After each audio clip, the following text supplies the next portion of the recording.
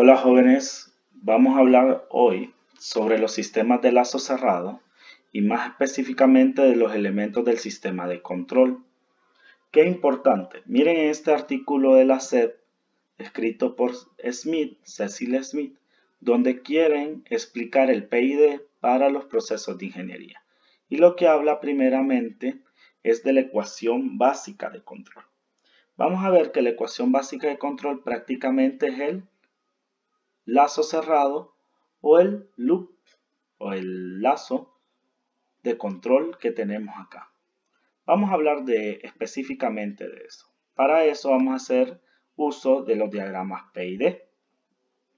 Vamos a ver que en este caso tenemos un horno el cual tiene una entrada de aire fresco por medio de compresión y él saca aire caliente por medio de la combustión de algunos gases y después tenemos gases de escape. Como vemos, para cualquier lazo de control debemos de tener una medición. En este caso se está midiendo la temperatura del aire caliente de salida, el cual emite una señal de control y es una acción para generar que los gases entren o dejen de entrar para poder calentarlos a la temperatura deseada. Lo que podemos ver en este PID es los elementos básicos del lazo de control, que es un elemento de medición, un controlador y un elemento final de control.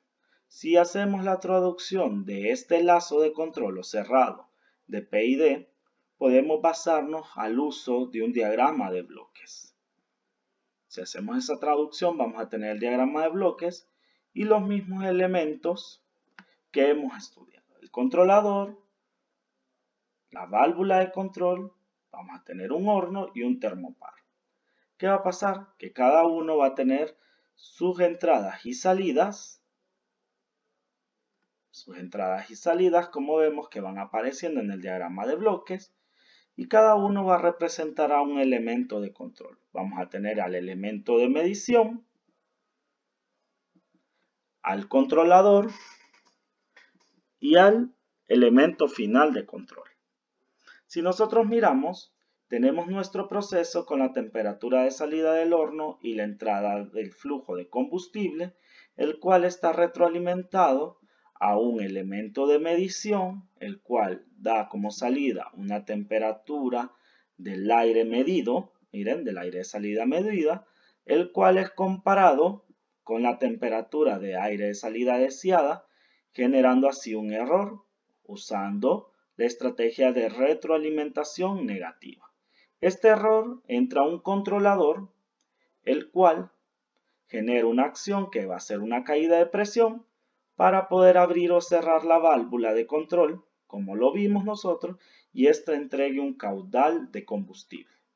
Si nosotros miramos el comparador y el controlador, en este caso le vamos a llamar controlador, porque todo este elemento va a ser un solo. Si nosotros nos centramos prácticamente solo ahora a hablar del controlador, vamos a tener lo siguiente. Al controlador que hemos designado entre comillas, vamos a ver que es un dispositivo electrónico. Prácticamente él es un dispositivo que con un algoritmo informático genera una acción por medio de la lectura que hace de entrada. Vamos a ver que él está en tres partes. Vamos a ver que la variable medida entra un transductor que genera de la variable medida a una señal digital que entra a este controlador o procesador electrónico, el cual ya tiene procesada la variable deseada, que será la variable de setpoint, y él saca una acción como una señal digital que debe de ser convertida hacia una acción que va a recibir el elemento final de control. A esto le vamos a llamar controlador, donde vamos a tener una variable medida de entrada y vamos a tener la variable de acción de salida. Cuando hablamos de la variable de acción, puede ser una caída de voltaje o una potencia que va a ser usada para una resistencia eléctrica que dé de un enfriamiento o un criostato que quite calor del proceso para enfriar por medio de un, como le decimos nosotros, controlador o como vemos en las refrigeradoras, un termostato. O puede ser una caída de presión que va a una válvula de control por medio de su compresor para abrir la acción del vástago. Sí, y en la variable medida, que puede ser una señal, prácticamente ella va a venir una señal analógica, una sinusoidal, que va a entrar y como sabemos el controlador es electrónico, él solo lee señales digitales. Entonces debe ser convertida a una señal digital, que es esta señal cuadrada, para ser procesada. Nosotros podemos ver que hay controladores que en la industria o en el mercado se vende totales donde le podemos ingresar la variable medida y sacar la acción. Pero dependiendo de ellos, vamos a ver que puede venir por separado el procesador, el convertidor y el transductor. Vamos a ver que hay controladores que vienen con su transductor o hay controladores que no vienen con su transductor y tenemos que comprar estas piezas por separado. Vamos a hablar de los tipos de controladores. Tenemos discretos, los cuales no hacen acción a través de todo el tiempo, y continuos, que estos son dinámicos y a través de todo el tiempo van haciendo una acción. Vamos a ver que los controladores tienen este aspecto. Son controladores de unos 5 pulgadas de alto y de unas 4 o 3 pulgadas de ancho. Vamos a ver que pueden tener pantallas donde nos dicen el proceso dinámico, cómo va de las variables de ajuste, las variables de control y las gráficas. Y estos botones que podemos ver acá son para, miren, generar la variable de setPoint o para aumentar o disminuir o generar los parámetros de ajuste del controlador, que ya vamos a hablar más adelante. No me voy a centrar en la parte electrónica de ellos, sino en los algoritmos utilizados para que ellos puedan trabajar y generar la acción con una función de transferencia. Vamos a empezar hablando de los controladores proporcional discretos, que serían los on-off. Vamos a tener este algoritmo del controlador, que tenemos la presión, que en este caso sería la acción, la ganancia del controlador o la constante del controlador, el error y la presión de estado estable. Si nosotros restamos de la presión menos la presión de estado estable, estamos linealizando el error. Por lo tanto, vamos a encontrar que el algoritmo sería el siguiente, haciendo énfasis que la presión y el error, que el error viene de la variable medida, son variables del tiempo. Y haciendo la transformación de su dominio por la transformada de Laplace, obtenemos la siguiente función en dominio de la frecuencia de Laplace. Como estamos hablando de un controlador on-off, vamos a ver que el único punto que va a tocar es que el error sea o tienda con un límite, que el error tienda a 0, ¿verdad? Y si este tiende a 0 en la función de transferencia, es decir que Kc va a tender a infinito. Lo que vamos a tener un comportamiento ideal de este controlador de esta manera. Vamos a tener que él va a querer que el error siempre sea 0. Miren, en el eje de la X tenemos 0. Y cuando sea 0, él va a generar una ganancia infinita hasta llegar a una presión máxima. Esto sería como el comportamiento ideal de este controlador. Vamos a ver que el comportamiento real se da por una banda muerta. ¿A qué me refiero con una banda muerta? Que él va a trabajar dentro de rangos, de una presión mínima a una presión máxima, es decir, acción mínima, acción máxima, dependiendo del error mínimo y máximo que él pueda controlar. Si nos centramos en este punto de esta flecha, vamos a encontrar que tenemos un error mínimo. Miren, un error negativo, un error mínimo hacia la variable de setPoint. Vamos a ir viendo que si este error va aumentando, aunque pase por 0, no va a ¿qué? No va a generar un error hasta llegar ¿a dónde? Hasta llegar al máximo. Cuando llega al máximo, este va a generar una acción como una delta de Dirac a aumentar la presión, es decir, abrir la válvula hasta la presión máxima de apertura, donde estaría en ON, y este va a ir disminuyendo el error hasta llegar al error mínimo, donde se va a cerrar por totalmente la válvula y va a estar en este juego con esta banda muerta. Por eso es que a este controlador se le conoce como on-off, porque aunque a través del tiempo él no genera acción, solo genera acción en el mínimo y en el máximo de error, que sería abrir o cerrar o aumentar la potencia de energía o cerrar la potencia de energía. Ahora vamos a hablar de los controladores proporcionales continuos. Si miramos, estos controladores tienen el mismo algoritmo y la misma linealización del error, con la diferencia que estos no van a tener una función de transferencia que tenga un límite del error que tienda a 0. Y por lo tanto, la ganancia del controlador no va a tender a más infinito, sino que siempre va a ser un valor positivo, nunca 0 y nunca negativo. Vamos a ver que este va a ser el primer parámetro de ajuste del controlador. ¿Se acuerdan los botones que les había dicho el dispositivo electrónico? Es lo que hacen que ingresen el set point y este parámetro de ajuste, que es la ganancia del sistema en el controlador.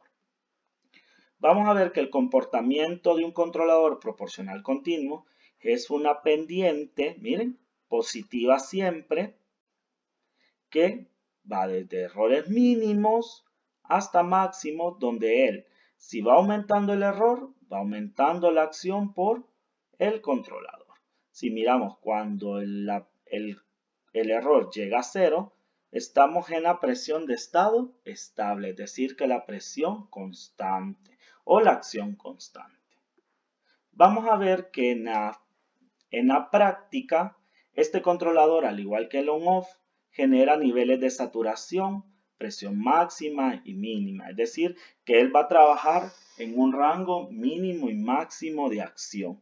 Con la diferencia del on-off, que este controlador proporcional sí va a tener una acción para disminuir o aumentar a través del tiempo. Y no va a trabajar en una banda muerta. Sí. Lo importante es que con el controlador proporcional vamos a disminuir la acción, o la variable controlada se va a acercar a la variable deseada, pero nunca la va a eliminar, porque se va a generar un error de offset, que este error es cuando la variable de control va disminuyendo o acercándose a la variable deseada, pero nunca se toca. Y ese offset sería la variable controlada en el tiempo de respuesta ya en estado estable menos el valor de la variable deseada. Eso nos va a dar un error en el proceso. Entonces vamos a hablar del controlador proporcional integral, que viene a remediar esta acción de error por offset. Vamos a ver su algoritmo. Su algoritmo tiene la parte proporcional y se ha aumentado una parte integral. Lo que se hace es que se integra el error a través del tiempo por su acción proporcional usando un tiempo de reset o un tiempo integral. ¿Qué es ese tiempo de reset? Ustedes lo han escuchado en muchos dispositivos electrónicos. Vamos a, decimos vulgarmente, a resetear el aparato. Entonces nosotros lo que hacemos es que le damos un tiempo para que elimine todo ese error de offset y vuelva a generar la integral a través del tiempo. Ese tiempo es el de reset. Vamos a ver que al igual que el controlador proporcional se puede linealizar su error generando un algoritmo a través del tiempo proporcional integral y haciendo la transformación de Laplace obtenemos esta función de transferencia. Esta función de transferencia tiene ahora dos parámetros de ajuste, que es la ganancia del controlador, que siempre es mayor que 0, y el tiempo integral, por tratarse de un tiempo, también tiene la restricción de ser mayor a 0. vamos a ver que el controlador proporcional integral elimina el error de offset. Es decir, que esa parte integral lo que hace es que va eliminando ese error de offset hasta que la variable controlada llega a la variable deseada. Pero esta genera sobretono. ¿A qué me refiero con sobretonos? Es decir, empieza a hacer resonancia de la función del proceso de control y va generando picos altos o crestas que van aumentando los tiempos de respuesta para llegar a la variable deseada. Es decir, que va aumentando el overshoot o el excedente en el proceso de control. Ahora vamos a hablar del controlador proporcional integral derivativo. ¿Para qué tenemos este algoritmo? Si miramos, aumentamos solo una parte que es la derivativa, porque tenemos proporcional y la integral, y esto es para eliminar esos sobretonos.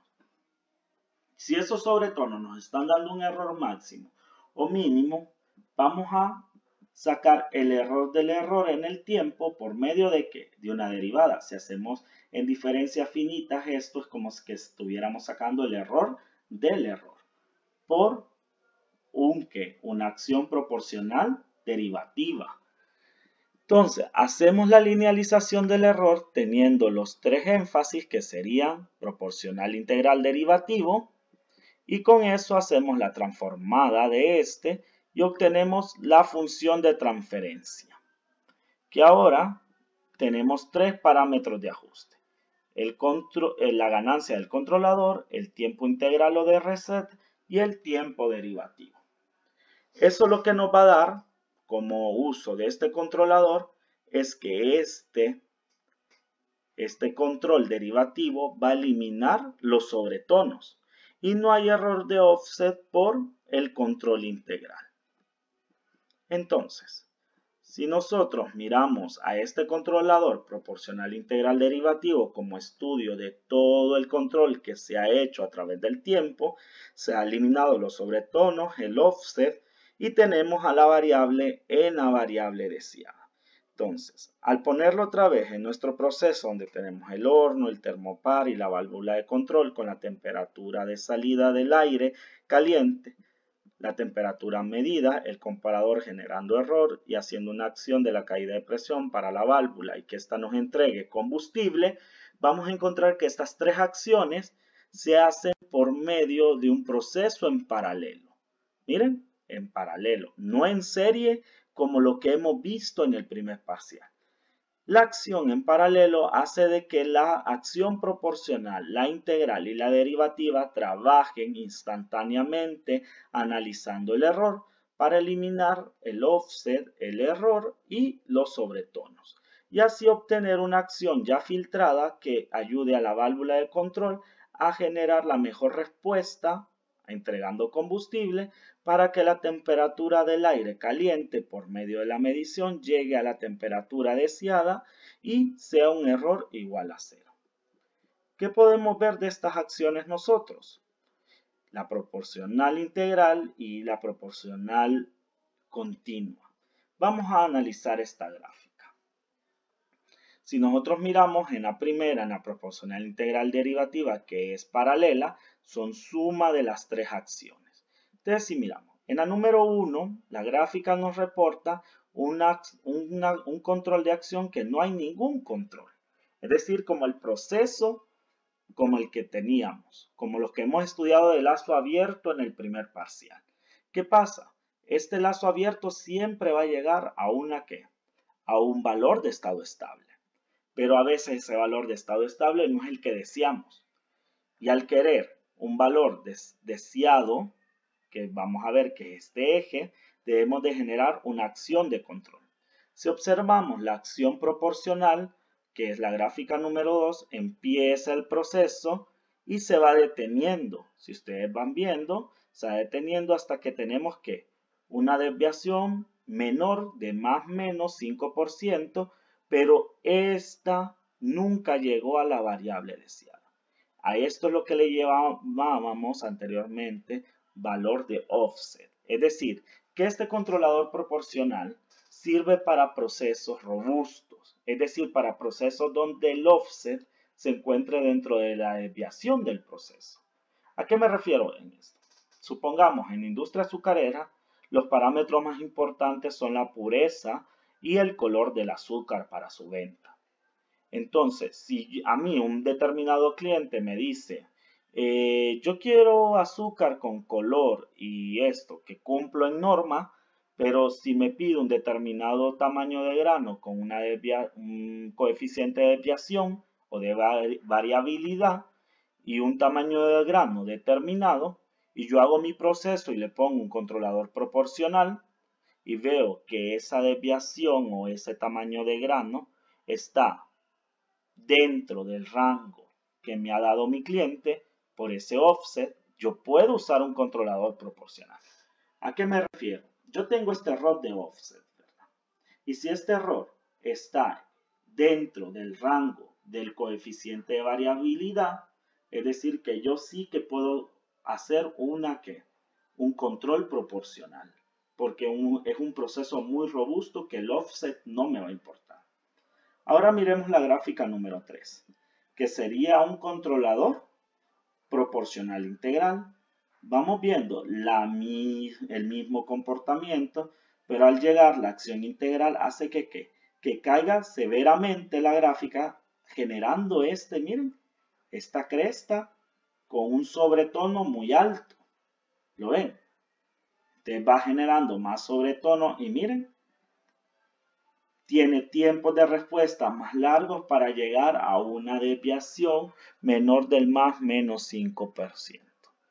Este controlador proporcional integral es cuando nosotros tenemos procesos que podemos darle continuidad muy alta y tenemos tiempos de respuesta muy grandes porque vamos a tener respuesta muy adelante del proceso.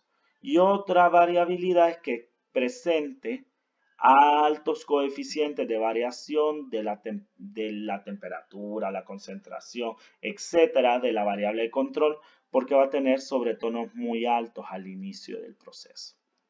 Y de último, la acción proporcional integral derivativa, si nosotros miramos la gráfica número 4, va aumentando, tenemos el aumento, pero ella no genera grandes sobretonos.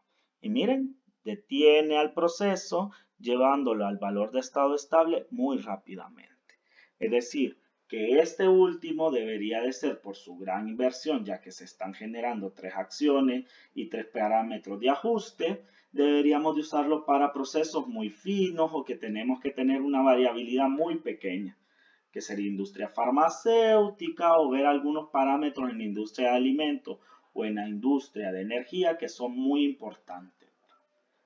Bueno, con esto dejamos el tema de controladores y lo que les voy a pedir es que hagan la lectura de sus libros y vayan generando los ejercicios propuestos ahí. Muchas gracias.